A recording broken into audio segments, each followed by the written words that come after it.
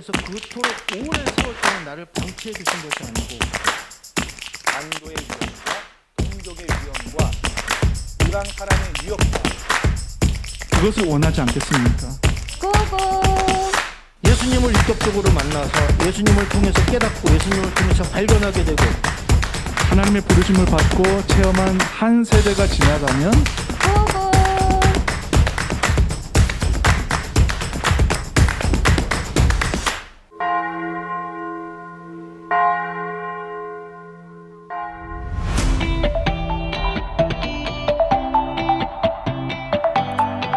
안녕하세요. 이상훈 목사입니다. 2021년 7월 18일 그들교회 영상 예배 오신 여러분을 예수 그리스도의 이름으로 환영합니다. 요즘 매일 긴급 전화 문자가 5, 6개씩 들어옵니다. 코로나 바이러스도 있고 지금 폭염 역시 계속 연일 이어지고 있어서 여러분 건강에 대단히 주의를 많이 기울이셔야 될 것 같습니다. 이럴 때일수록 되도록이면 외출을 자제하시고 그리고 시원한 곳에서 안전하게 더위를 피하시고 이겨내시기 바랍니다. 저희는 이번 주까지는 이렇게 비대면 영상 예배를 드리고요.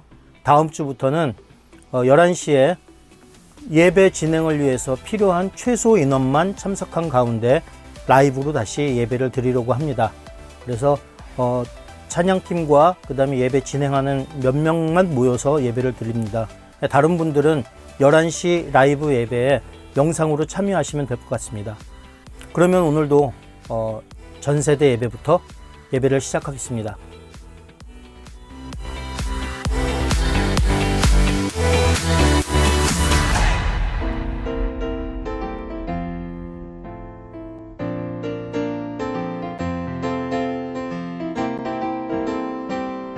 예수님이 말씀하시니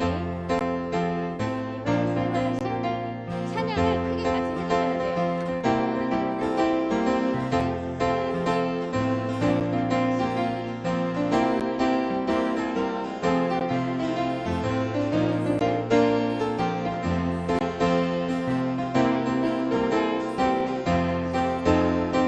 새롭게 변화시켜 주셨네. 예수님이 말씀하시니 바디메오가 눈을 떴다네. 예수님이 말씀하시니 바디메오가 눈을 떴다네. 예수님 나에게도 말씀하셔서 새롭게 변화시켜 주소서. 예수님 말씀하시니 죽은 나사로가 살아났다네. 예수님 말씀하시니 죽은 나사로가 살아났다네. 예수님 나에게도 말씀하셔서 새롭게 변화시켜 주소서. 예수님 말씀하시니 거친 바다가 잔잔해졌네. 예수님 말씀하시니 거친 바다가 잔잔하네. 예수님 나에게도 말씀하셔서 새롭게 변화시켜 주소서. 아멘.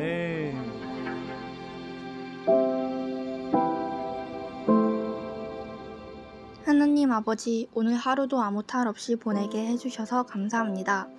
이제 여름방학이 시작되었습니다. 이 휴식을 헛되이 보내지 않고 하나님의 뜻대로 살 수 있는 우리가 되게 하여 주시고 말로만 하는 것이 아닌 실천할 수 있도록 도와주세요. 예수님 이름으로 기도합니다. 아멘. 할렐루야, 우리 친구들 반가워요.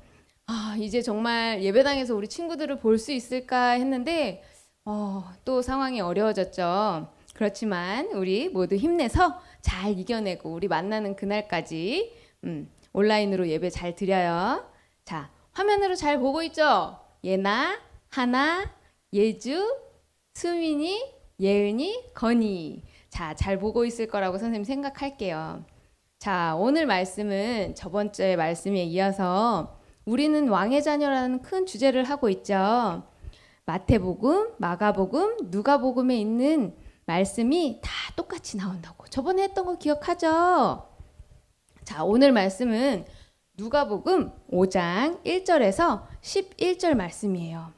이걸 다 읽으면 시간이 너무 부족해서 우리 친구들이 꼭 읽어줬으면 했죠. 선생님이 한 달 뒤에 큰 상품을 주겠다고 약속했어요.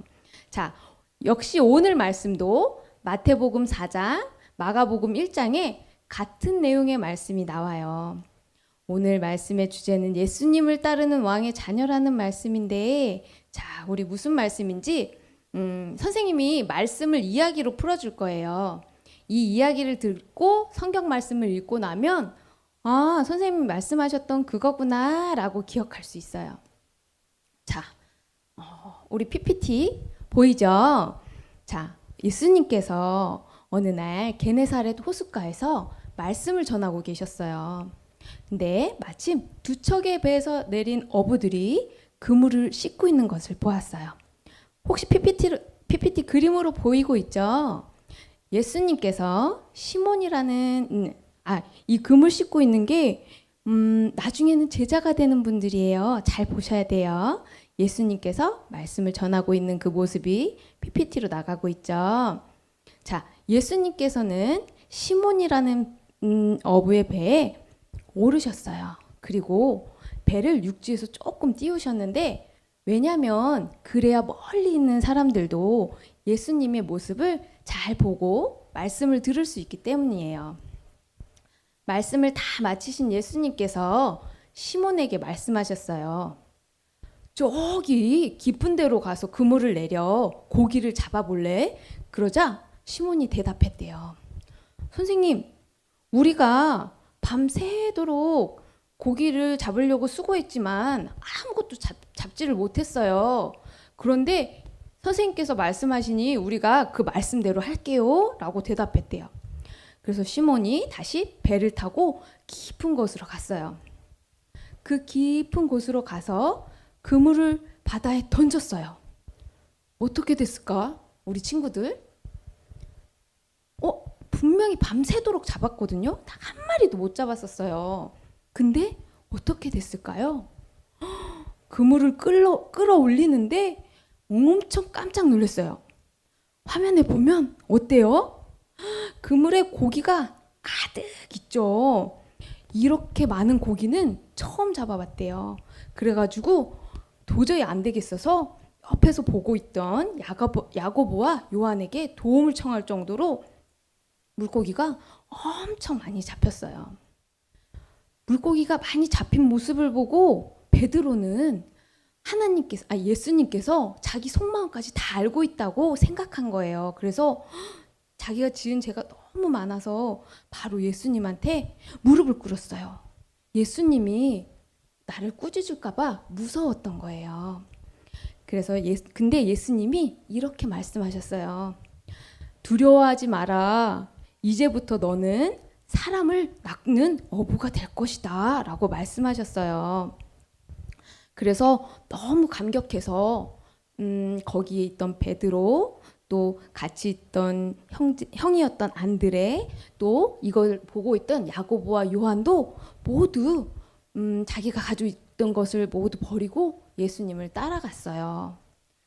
자, 우리 친구들, 선생님이 지금 한 이야기가 누가복음 5장 1절에서 11절까지 말씀에 똑같이 그대로 나와요. 친구들이 읽기에는 너무 어려울 것 같아서 선생님이 이야기로 풀어줬는데 꼭 말씀을 읽어야 돼요. 자, 그럼 예수님께서는 제자를 왜 부르셨을까? 한번 생각해 볼 수 있겠어요? 예수님의 제자를 부르신 목적이 있어요. 이건 나중에 예수님께서 이 모든 생애를 마치시고 십자가에 돌아가셨을 때 이 모든 것들을 복음을 다른 사람에게 전하고 또 죽어가는 많은 사람들이 예수님께 돌아올 수 있게 하기 위해서 예수님이 제자를 부르셨어요. 근데 예수님이 제자를 부르실 때 어떻게 부르셨죠? 막 나는 대단한 사람이야. 나는 하나님의 아들이니까 너네들 다 나 따라와. 이렇게 부르셨었나요? 아니죠. 예수님은 몸소 보여주셨죠.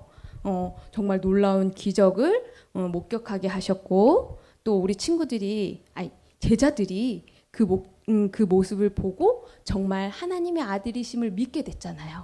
그 모습을 믿기 위하게 하기 위해서 예수님은 막 말로 하신 게 아니라 몸소 보여주셨어요. 그래서 이 모습을 본 베드로와 같이 있던 모든 제자들이 정말 예수님을 자기가 하던 모든 것들을 내려놓고 갈 수 있었던 거예요. 여기서 중요한 게 또 있어요. 제자들의 마음이에요. 사실 계속 내가 해오던 일들을 딱 그만두고 따라가는 거 쉽지 않아요. 선생님도 갑자기 선생님이 하던 일을 다 내려놓고 예수님을 따라와라 그러면 엄청 고민을 많이 했을 것 같은데 우리 여기 있던 시몬 베드로와 제자들은 예수님 말씀에 순종해서 예수님을 따르기로 결심했어요. 참 대단한 마음이죠. 자, 우리 친구들 예수님의 제자로 부름을 받는 것은 엄청 똑똑하고 막 재능 있고 그래서 할 수 있는 게 아니에요. 오직 예수님의 사랑의 선택에 의해서 제자가 되는 거예요. 그 사랑의 예수님이 지금도 우리 친구들을 부르고 계세요. 우리 예수님의 말씀에 우리 제자들처럼 순종해서 우리 이웃들에게 선한 영향력을 미치고 또 예수님을 전할 수 있는 왕의 자녀로 살아갔으면 좋겠어요. 할 수 있겠죠? 자, 오늘 말씀은 여기까지고 자, 우리 퀴즈를 낼 건데 선생님이 우리 한 달 동안 이렇게 모아서 큰 선물을 줄게요 라고 친구들에게 약속했잖아요. 보면 나중에 PPT로 나갈 건데 우리 예나는 벌써 2개가 쌓였고 또 우리 예은이 언니 하나가 있어요. 혹시 말씀 읽었나요, 집에서? 아빠가 안 읽어주면 꼭 읽어달라고 예나야 아빠한테 읽어달라고 말씀드리세요. 그리고 우리 글씨를 아주 잘 읽는 우리 하나, 수민이, 예은이, 건이 또 우리 예주 이 친구들은 말씀을 한번 3개를 같이 읽어보세요. 읽다 보면 진짜 재밌어요. 농담이 아닙니다. 진짜 재밌어요. 자, 우리 친구들 말씀 스티커도 선생님이 붙여줄 테니까 이 빈칸들을 한 달 동안 채워서 선생님이 무슨 선물 줄까 하고 기대도 했으면 좋겠습니다. 자, 오늘 퀴즈는 선생님이 무슨 퀴즈를 낼까 고민을 했는데 오늘은 주간식 그리고 역시 아까 선생님 말씀한 대로 마태복음, 마가복음, 누가복음 성경 말씀 읽는 거예요. 자, 오늘 예수님이 제자를 부르셨을 때 어떤 방법으로 불렀는지 선생님이 설교를 했는데 기억하겠죠? 자, 예수님이 부를 때 어떻게 불렀죠? 1번, 아주 똑똑한 사람만 불렀다. 2번, 아주 재능이 많은 연예인 같은 사람만 불렀다. 3번, 아주 예쁜 사람만 불렀다. 그리고 4번, 사랑으로 부르셨다. 답 몇 번일까요? 벌써 맞힌 분이 여기 계세요. 자, 우리 친구들도 잘 맞추고 우리 스티커관에 빈 곳을 가득 채워서 한 달 뒤에 정말 멋진 선물을 받을 수 있는 친구들이 되었으면 좋겠어요. 늘 말씀과 가까이 하는 우리 그돌교회 친구들 됐으면 좋겠습니다.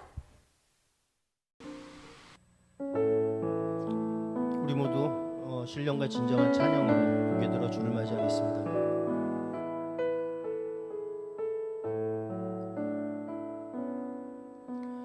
고개 들어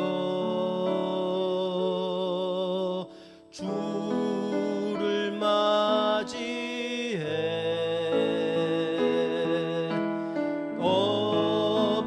엎드리어 경배하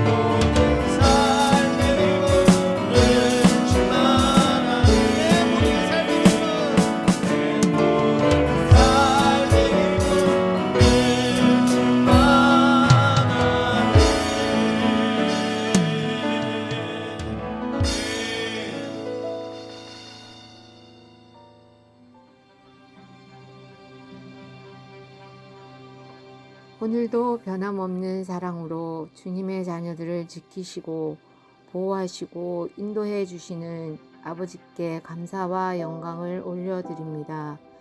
늘 제약 가운데 거할 수밖에 없는 저의 연약함을 붙들어 주시고 마음으로 생각으로 행동으로 수없이 많은 죄들을 짓고 있음을 고백하오니 용서하여 주옵소서.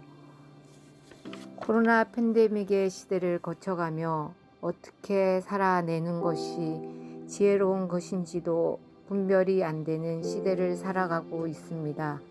저희들을 불쌍히 여기시고 속히 이 또한 지나가기를 간절히 기도합니다. 사랑하는 거들교회와 가족들을 한 사람 한 사람 사랑하시되 끝까지 지키시고 보호해 주시기를 기도합니다. 비록 함께 모여 예배하지 못하지만 어디에 있든지 무엇을 하든지 내가 서 있는 곳, 거하는 곳이 예배하는 곳이 되게 하시고 예배자로서의 삶을 계속 아버지 앞에서 잘 살아낼 수 있는 지혜와 믿음을 순간순간 허락해 주옵소서. 미친 듯한 무더위 속에 건강 지켜주시고 건강한 모습으로 만날 수 있는 날을 기대합니다. 오늘도 예배하는 곳에 주님의 성령님이 임재해 주셔서 동일한 은혜를 채워 주옵소서. 사랑으로 저희들을 인도하시고 지키시는 예수 그리스도의 이름으로 간절히 기도하옵나이다. 아멘.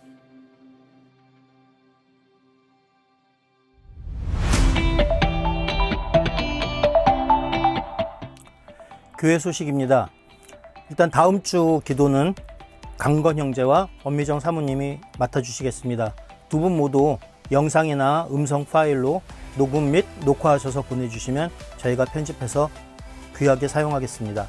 다음 주 역시 엄지용 목사님께서 설교를 맡아주시겠습니다.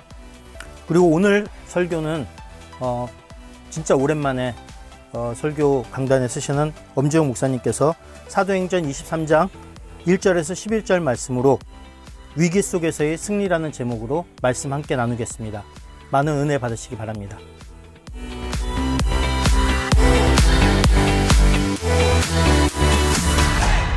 함께 말씀을 먼저 찾겠습니다. 사도행전 23장 1절부터 11절까지의 말씀입니다.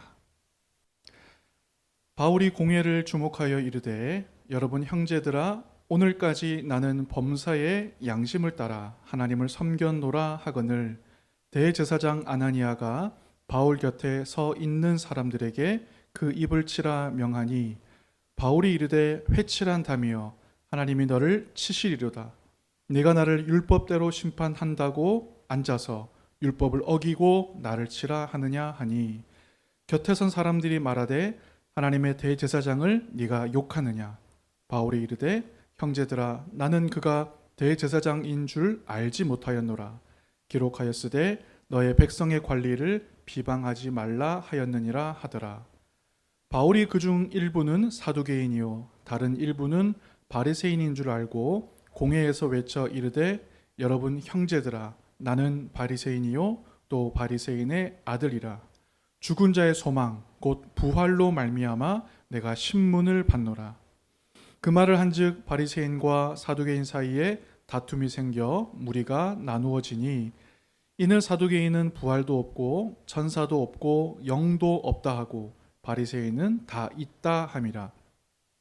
크게 떠들새 바리새인 편에서 몇 서기관이 일어나 다투어 이르되 우리가 이 사람을 보니 악한 것이 없도다. 혹 영이나 혹 천사가 그에게 말하였으면 어찌하겠느냐 하여 큰 분쟁이 생기니 천부장은 바울이 그들에게 찢겨질까 하여 군인을 명하여 내려가 무리 가운데서 빼앗아 가지고 영내로 들어가라 하니라. 그날 밤에 주께서 바울 곁에 서서 이르시되 담대하라.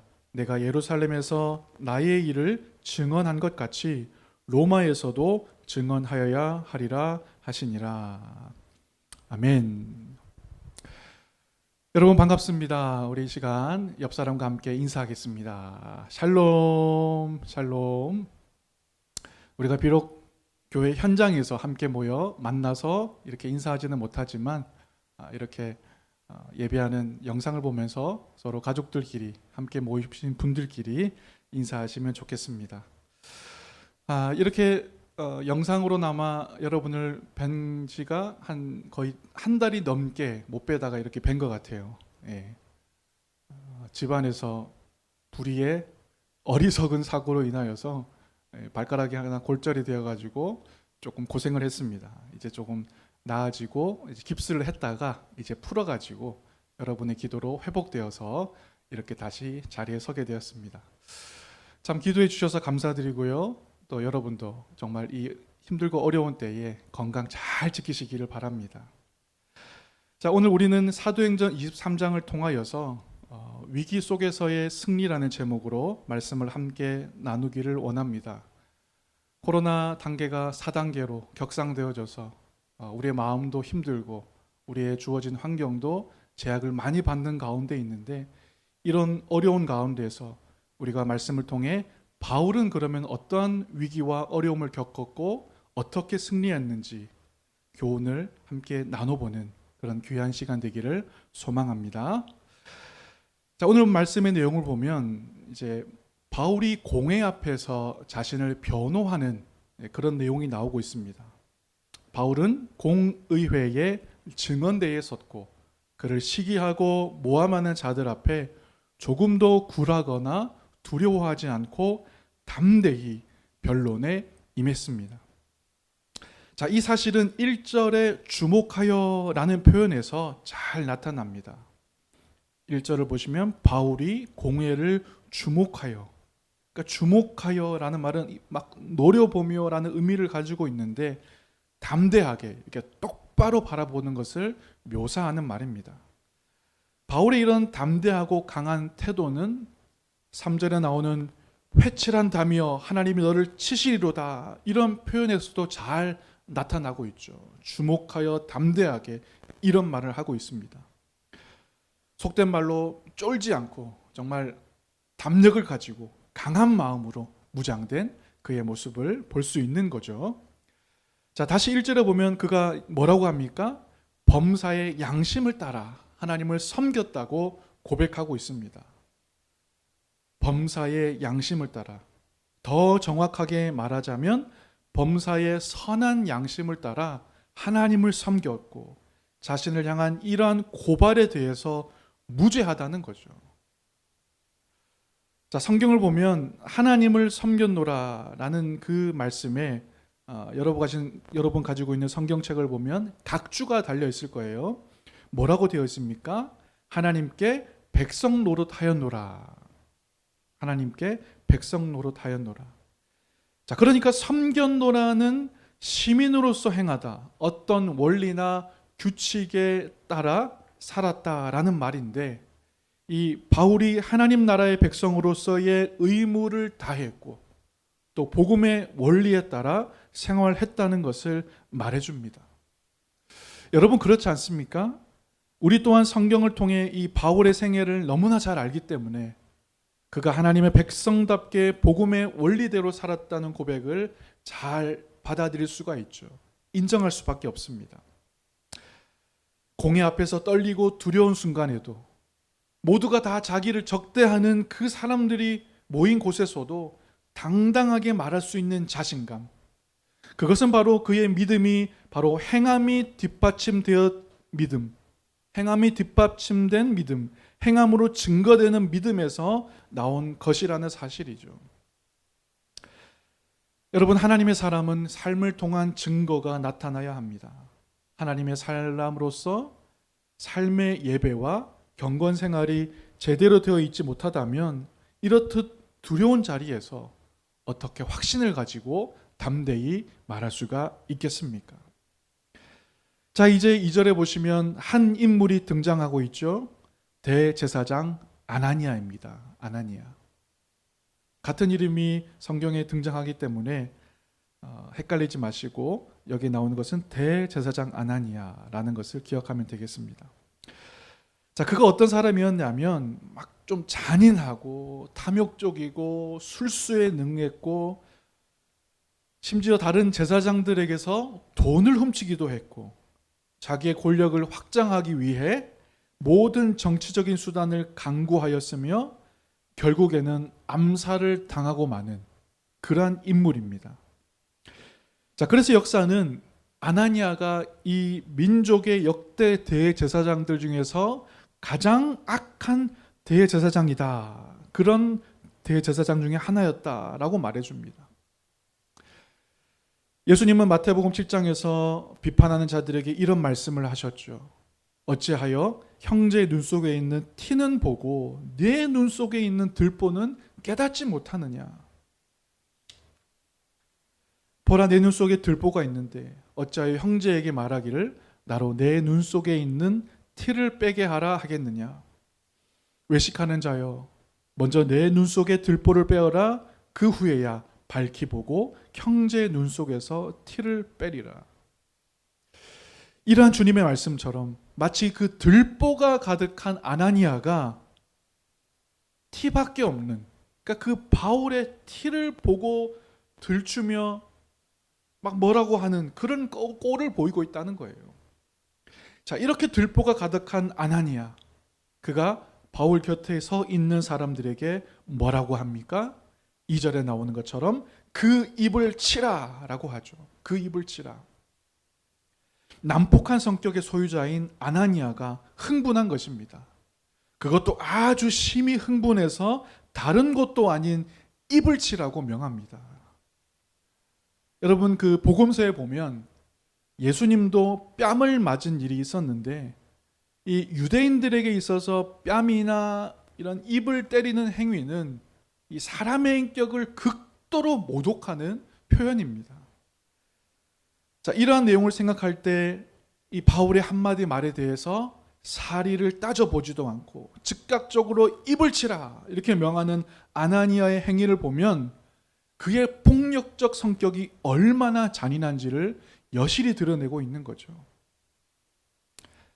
자, 이제 바울이 이에 대해서 이렇게 이야기합니다. 3절을 보시면 회칠한 담이여 하나님이 너를 치리로다.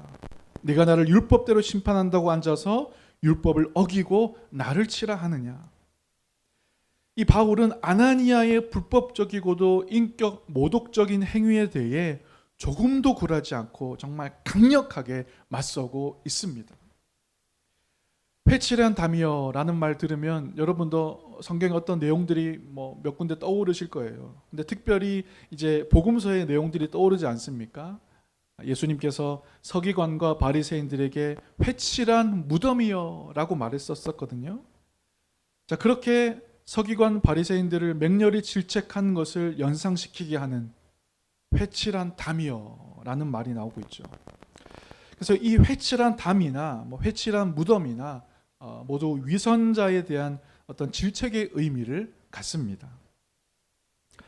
자, 회칠한 무덤이 무엇입니까? 속이 썩어 빠진 무덤인데 겉만 회를 칠하여서 깨끗한 것처럼 보인다는 거예요. 하지만 우리가 주목해야 봐야 하는 것은 그 속은 썩어 있다는 겁니다. 겉만 볼 것이 문제가 아니라 결국 중요한 속이 썩어 빠져 있다는 거예요. 그리고 이 회칠한 담은 기반이 안정되어 있지 못해서 흔들거리면서도 겉에 그 흰 회를 칠해서 튼튼한 것처럼 꾸미는 것입니다. 여러분, 그 TV 프로 중에 꼬꼬무라는 거 아시나요? 시즌 1이 나왔었고 시즌 2도 지금 하고 있는데 꼬리에 꼬리를 무는 이야기 하면서 우리나라 옛날 사건들을 짚어가면서 이제 나누는 내용이죠. 친구의 이야기하듯이 이야기하는 그런 내용인데 전에 삼풍백화점 이야기가 나온 적이 있었어요. 삼풍백화점이 무너지기 그 불과 몇 시간 전만 해도 그런 기미가 많이 보였는데 그래서 그 직원들은 그런 내용을 위에 보고하는데 위에서는 계속 그 부분만 막아내고 근본적인 대책을 마련하지 않고 그냥 넘기려는 그런 모습. 그리고 사실 그 삼풍백화점이 지어질 때부터 이게 부실 공사였던 겁니다. 문제가 많았던 거죠. 그리고 결국 무너졌고 그런 많은 인명피해, 온 국민의 마음을 아프게 하는 일이 있었지 않습니까? 마치 이 회칠한 담도 그렇다는 거예요. 곧 막 무너질 것 같은, 무너질 것 같이 그런 약한 담인데 회를 칠해가지고 보기에는 막 번드르르한 백화점처럼 보인다는 겁니다.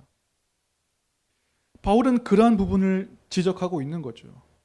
그래서 단지 이 아나니아의 위선만 질책하는 데 머무르지 않고 더 나아가서 하나님이 치실 것이라는 저주를 선언하고 있습니다.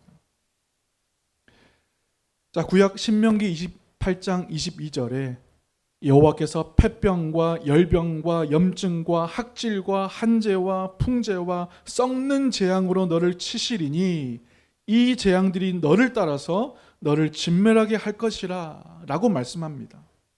재앙으로 너를 치시리니, 그래서 하나님이 너를 치신다는 이런 말은 어떤 율법에 기록된 저주의 어떤 방식을 이야기하는 거죠. 그 정도로 강하게 바울은 이야기하고 있습니다. 얼마나 이것이 잘못되었는지를 바울이 지적하고 싶었던 거죠. 또한 바울은 이 아나니아의 위선을 풍자적으로 대조하며 이야기합니다. 3절 중간에 보시면 네가 나를 율법대로 심판한다고 앉아서, 율법대로 심판한다고 그렇게 이야기하면서 앉아 있는데 막상 율법을 어기고 있으니 얼마나 우스운 꼴이냐 라고 말하는 거예요. 여러분, 법을 지켜야 할 법관이 법을 어긴다면 얼마나 얼토당토 않는 그런 일이 되겠습니까? 그러면서 법으로 판단하고 법으로 판결하고 그럴 수 없는 거죠. 자, 근데 마치 이 법대로 판단한다고 하는 자가 법을 어기고 있는 그러한 꼴을 아나니아가 하고 있다는 거예요. 여러분, 재판은 법에 따라 공정하게 행해져야 하고 유죄가 확정될 때까지는 사실 형이 집행되어서는 안 됩니다. 그럼에도 불구하고 죄도 정해지지 않은 상태에서 바울의 인격을 모독하는 처벌을 명하였으니 그것은 명백히 율법을 어긴 행위가 되는 겁니다. 자, 4절 5절을 보시면 사람들이 바울더러 하나님의 대제사장을 욕하느냐 하고 바울은 그 사람이 대제사장인 줄 알지 못했다고 나옵니다. 바울이 이 대제사장을 알아보지 못한 이유로 세 가지 정도를 생각해 볼 수 있는데요. 첫째, 이제 바울에게 좀 바울이 어떤 질병이 있었기 때문에, 그러니까 안질이라는 것, 즉 눈병 때문에 대제사장을 알아보지 못했을 수가 있고요.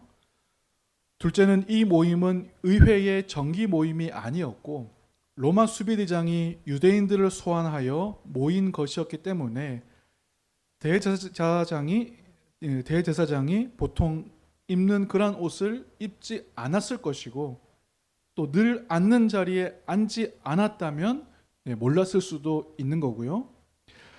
셋째로는 바울이 그를 대제사장으로 인정하기를 거절했기에 알지 못했다라고 말할 수도 있는 것입니다. 어쨌든 이제 이 바울은 지혜롭게 그곳의 분위기를 바꾸기 시작합니다. 자신의 무죄함에도 불구하고 자기에게 불리하게 전개되는 상황에 아무 대책 없이 자신을 내어 맡길 수는 없었던 것입니다. 그래서 사내들인 공회가 바리새인과 사두개인으로 구성되어 있다는 것을 잘 알고 있고 또 신학적인 견해 차이가 있다는 것도 잘 알았었기 때문에 이를 잘 이용하여서 논쟁을 불러 일으키게 하고 공회의 의견이 갈라지도록 유도한 것입니다. 그러니까 바울은 이 위기 상황에서 뱀 같은 지혜로움을 발휘한 것이죠.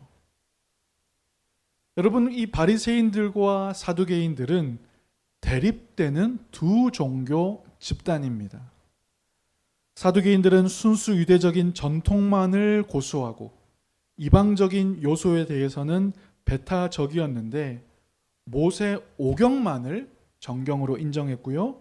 8절에 나오는 것처럼 부활도 없고 천사도 없고 영도 없다라고 주장했는데 그것은 전통적인 것이 아니라 새로운 요소라고 하여서 배격했다는 것입니다. 자, 이에 반해 바리새인들은 사두개파와 달리 모세 오경 이외에도 각종 구전, 전승을 동일하게 권위 있는 정경으로 취급하였고 죽은 자의 부활과 내세, 천사나 마귀와 같은 영적인 세계를 인정하였습니다. 또 이들은 하나님의 통치권만을 인정했기 때문에 하나님이 아닌 로마라는 나라가 이스라엘을 지배하고 있는 것을 되게 적대시했었고요. 이스라엘을 개혁하고 로마의 지배로부터 벗어나고자 했던 것입니다. 자, 이런 둘의 차이가 있는데 이런 부분을 이제 공략한 이 바울의 지혜를 보면서 우리가 주목해야 할 교훈이 있습니다. 얼핏 보면 바울이 분쟁을 일으켜서 그저 위기를 벗어나고자 하는 것처럼 보이지만 하지만 거기에는 분명한 목적이 있다는 거예요. 자, 뒤에 나오는 11절 말씀을 보면 잘 알 수 있습니다. 우리 11절을 함께 읽어보겠습니다. 시작. 그날 밤에 주께서 바울 곁에 서서 이르시되 담대하라. 내가 예루살렘에서 나의 일을 증언한 것 같이 로마에서도 증언하여야 하리라 하시니라. 아멘. 자, 주님께서 바울에게 예루살렘에서 복음을 증거한 것처럼 로마에서도 증거하도록 하셨다는 것입니다. 자, 그러한 주님의 뜻을 아는 바울, 그에게 많은 위기가 찾아왔지만 그는 그저 위기를 벗어나는 것만 집중하기보다 복음을 증거하는 목적에 따라서 행했다는 것입니다. 여러분, 바울은 사명을 가지고 있었죠. 그 사명의 모든 포커스를 맞추고 소망의 하나님을 바라봤습니다. 또 그가 사명을 감당할 수 있었던 것은 부활의 소망을 가지고 있었기 때문입니다. 바리새인들이 믿는 부활은 예수와 관계없이 그저 전승되어져 온 신앙에 근거한 것이지만 바울이 믿는 부활은 예수 그리스도라는 확실한 증거 가운데 붙잡은 분명한 소망인 줄로 믿습니다. 정말 힘들고 어려울 때마다 주님은 바울에게 나타나 새로운 용기를 불어넣어 주셨고 로마 선교에 대한 새로운 비전까지도 주셨습니다. 이 11절의 격려의 말씀은 이후 2년간 걸친 로마 전도 여행에서 많은 위험이 따름에도 불구하고 조금도 굴하지 않고 담대히 그리스도의 복음을 전파하게 하는 큰 힘으로 작용하였습니다. 사랑하는 여러분, 이 시간의 말씀을 이제 정리하면서 결론적으로 말씀을 드리려고 합니다. 바울은 이러한 위기 가운데 있었고 변론하면서 결국 자기가 하나님의 뜻대로 행하고 사명을 붙잡고 위기 속에서 승리하는 모습을 우리에게 잘 보여주고 있습니다. 이러한 말씀을 통해서 우리도 코로나로 인해 개인의 문제, 또한 직장의 문제, 우리의 사람과의 관계에 있어서의 문제, 여러 가지 경제적인 문제까지 포함해서 많은 문제들이 퍼지고 연결되어져서 참 우리를 복잡하게 하고 있지만 정말 이러한 바울의 위기를 보면서 이러한 어려움을 보면서 그 가운데 승리했던 바울을 보면서 우리는 주의 말씀을 붙잡아야 하겠습니다. 바울과 같이 위기가 온다고 해도 바로 이 사명감과 부활의 소망을 꽉 붙잡으시기를 바랍니다. 위기를 벗어나도록 인도하시고 승리케 하시는 하나님의 선한 손길이 여러분과 함께 하실 줄로 믿습니다. 이번 한 주간도 오직 주님만 의지하면서 승리하는 여러분 모두가 되시기를 주님의 이름으로 축원합니다. 함께 기도하고 축도하고 예배를 마치겠습니다.